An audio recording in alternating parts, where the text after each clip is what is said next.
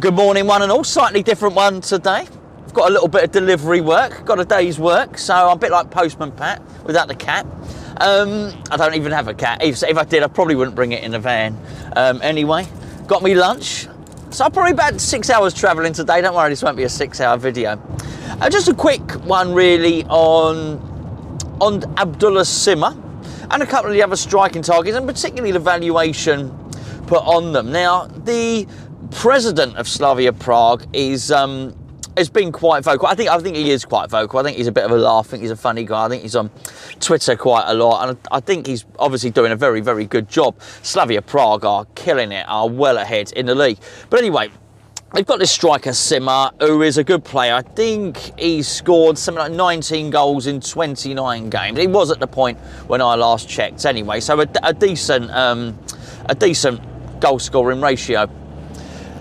Now, he slapped a £50 million price tag on his head, and I think that's a lot of money. It's certainly, when I say 50 million pound euros, 50 million pound euros, that's a whole new currency. That's a totally different currency. The pound euro is totally different. No, it's 50 million euros, which is still a lot of money, particularly with the exchange rate being as it is. We're not going to be able to afford that. And I don't think that anybody's going to be able to afford that. And you look at what's just happened in the winter window. Nobody had any money. Nobody did any big spending. And I think we've still yet to see the fallout from COVID yet. Where's this additional money coming from? I don't know. However, I do think that West Ham ain't in a bad position. Because clearly we had some money, right? It's just we haven't spent it yet. I do believe that we are, in terms of our league position, we're going to have more money than we budgeted for. Hear me out here. Every league position, you get roughly an additional 2 million quid, right? So every 5 places that you go up will get you 10 million. Now, I think we budgeted for about 13th. And the reason I think that is that David Moyes, when he was talking about his contractual situation, he said, well, my contract's not a worry to me. He said, my contract gets automatically extended. He caveated that by saying, if I give it the go-ahead, gets automatically extended when we reach 13th. So clearly, I would think that was probably the outcome that the club budgets for, 13th. Well, look, if we finish third, if I've got my maths right, I'm not saying we will finish third, if we finish third, that would be £20 million more than we budgeted for. Now, I don't think we will get third, but I do think it's safe to assume we'll be getting between 10 and 20 more than we budgeted for. Now, that's an awful lot back into the transfer kitty. It more than takes care of tying up Craig Dawson and things like that. It absolutely does. And I think we've probably got 20 odd million in the kitty anyway, and then we're going to look to try and generate some sales. Now, the generating of some sales is going to be difficult anyway. People talk about Yarmolenko. Who's going to buy him? I don't think anyone's given us any cash for him really, because he is very, very injury prone. So it's more a case of getting his wages off the books. Well, that's going to be difficult as well. Anderson is going to be an absolute nightmare, by the way, because nobody is going to take him. I think this season we've managed to almost get rid of his wages for a year to Porto. They regret it. The next club that comes in, no one's going to buy him, right? I'd imagine not anyway. No one's going to want to take on the liability of Anderson's wages. So if they do and want to take him for a loan for a year, we're going to end up paying half of that wage. I mean, we are lumbered. It's been a terrible, terrible signing, it has to be said. Lanzini is slightly different. I don't think Lanzini is going to reach the highs in terms of the money that he will yield that he previously would have done, don't get me wrong, but I do think it's probably safe to assume that we might attract 10 million for Lanzini, 10 to 15 million, because of the market. So that's us taking into account the market's changed. Well, I think everyone else has got to take into account the market's changed. Adam Armstrong is another one. Adam Armstrong, 25 million Blackburn Rovers, forget it, you ain't getting it. Now, I am aware that a lot of this talk about Sima, this 50 million, is him putting it out there. He's playing the game. Would Slavia Prague turn down 30 million? I don't know. I would imagine that they wouldn't. But the guy's not got much of a record behind him. He's not been there 5 minutes, so it would yield massive profit for them. But I do think with our budget, we've got a lot more scope to play around than we probably think. I said before, a few months ago, I did a video with Sean Weston where we looked at West Ham's borrowing, and we thought West Ham's borrowing might be as much as 100 million. Now, some of that has been taken into account. I think 30 million of that paid the sort of deferred amount for the players' wages, which I thought was absolutely, I've got to say, I thought it was absolutely disgusting, to be honest with you, from the players. A lot of people, I thought the players should have, just for that period, bearing in mind they're all on such big money, probably should have actually taken pay cuts for 2 or 3 months. If everyone had taken a pay cut of 20%, the club would be, and all clubs, not just West Ham, would be in a lot more healthier situation than they are.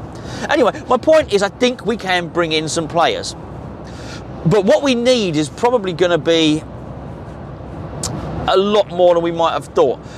And this is where Balbuena comes into play. Now, for quite a while, I thought that Balbuena's situation was on the part of the club. I was thinking, why are the club not offering him a new contract? I think we might have paid £4 or £5 million for this player. Actually, Tammy Abrahams has popped into my head. We'll talk about Tammy Abrahams in a minute. But just back on Balbuena, I thought, why, this is a good bargain. When he came in, he played really well. He was in the team. He was in the team under Pellegrini. David Moyes came back, and if you remember, Balbuena wasn't immediately put back in the team. But Balbuena got his chance in the FA Cup against West Bromwich Albion, Slaven Bilic's West Bromwich Albion. We got knocked out of the cup, they won. Balbuena was awful. It was one of the worst performances I think I've seen in some time. Or was it against Sheffield United? One of the two. He may have played badly against both, but he was awful. He was out of the team. I thought at that point there's no coming back from this. I thought this player is finished. Anyway, as the rest is history, as they say. Diop got a negative COVID test in the build-up to a game. Balbuena came in, and Balbuena played well. And that place he was there. I looked at it, Balbuena played so well that Diop wasn't getting back in the team. He thought, no, there's just no way this is actually happening here. But then Balbuena got injured. And then Dawson came in. And now, unless Dawson gets injured, and touch wood he doesn't, he's going to be vital for us for the remainder of the season. No one is outing him from the team. It just ain't happening. But I do feel that Balbuena repaired his reputation. But now it looks as though Balbuena doesn't want to sign a new contract. So it's sort of changed slightly from my part. I thought it was, okay, the club hadn't offered him a contract. I would imagine now that actually the club have been offering him a new contract, probably on the same terms or reduced terms or something like that. And he said, no, actually, I'd either go back to South America. And at this point, it looks as though an Italian club has come in. Now, he's going to leave on a free. There's nothing we can do about that. But we know that David Moyes likes to operate with 4 centre-halves. So this starts adding up the list. It starts turning up. So what do we need? Well, we want to sign Jesse Lingard. We've discussed that on numerous occasions. We need to sign a striker. The funny thing is, Youssef En-Nesyri, who we do believe is David Moyes' primary target, it looks like Dortmund might be interested in him. Well, if they're interested, you can forget it. But I am quite excited by the fact that they're interested, because it shows that Moyes is targeting good players. And we know this. His signings have been good. So it makes me confident as much as, all right, if we don't get his number one target, who else has he scouted? Who else does he fancy? Whoever else he brings in, probably going to be a good player. Now, the reason Dortmund might be interested is because they might be selling Haaland to Manchester United or somebody else. It's going to be very difficult for Haaland to stay there for another season or for them to keep him. And if the fact that Dortmund are targeting this player as well shows that he's decent. So we're going to need a striker. We're going to also need, I think, another midfielder. I don't think Cullen was replaced, and his omission from the squad has been understated. We can't keep putting Noble in there. Maybe he's going to use Fornals in there more. I don't know. But I think we would all agree we need another midfielder. We've been very lucky with Declan Rice, very lucky with Thomas Souček, but the luck won't last forever on that, you know. And then we're going to also have to get another central defender. Moyes likes 4. It's not enough just to say, well, we'll make Dawson's transfer permanent. That just ain't going to do it. because that still leaves us with 3. We got the kid Alves has come in. You'd have to assume that he doesn't see him as his 4th choice. One for the future, as is always said. So, striker, midfielder, Jesse Lingard, and a defender. And that is if you don't include left back. That's 4. And that really is the question. Do we have enough money for 4 signings? Well, we don't have to. That doesn't mean if we don't have enough, and this is discounting Europe, by the way, that we can't make 4 signings. Because let's be perfectly frank, both Dawson and Lingard have been on loan. So what does that mean? Well, it means we're highly likely to be able to loan someone for next season as well. So I think it's highly likely that we could loan or do a creative deal, let's say, for 1 other player or 2 other players, and maybe sign 2 players on a permanent deal. So I think that's Lingard, as is discussed, and it's the striker. Now, Tammy Abrahams has been in the news as well. And well, it's understood that he's might be not that fancied by Thomas Tuchel, who is their manager. Now, with somebody like that, it's slightly different to Lingard because he's a lot younger, but he's had a taste of playing first-team football. Tammy Abraham will fancy himself as one of the Premier League's top strikers now because he's been in that position. He's had periods in his Chelsea career when he's topped the scoring charts. Also, you've got to look at West Ham. West Ham are not going to be viewed in the way they've been viewed before. It's very easy to put on your West Ham glasses and think, well, hold on, who are we going to be able to tempt? Who are we going to be able to sign? Well, there'll be a lot of players who look at West Ham and think, well, hold on, these guys are potential European candidates. They're contenders. And that's before we've even got to the transfer window. We'll know a lot more then because we'll know our league finishing.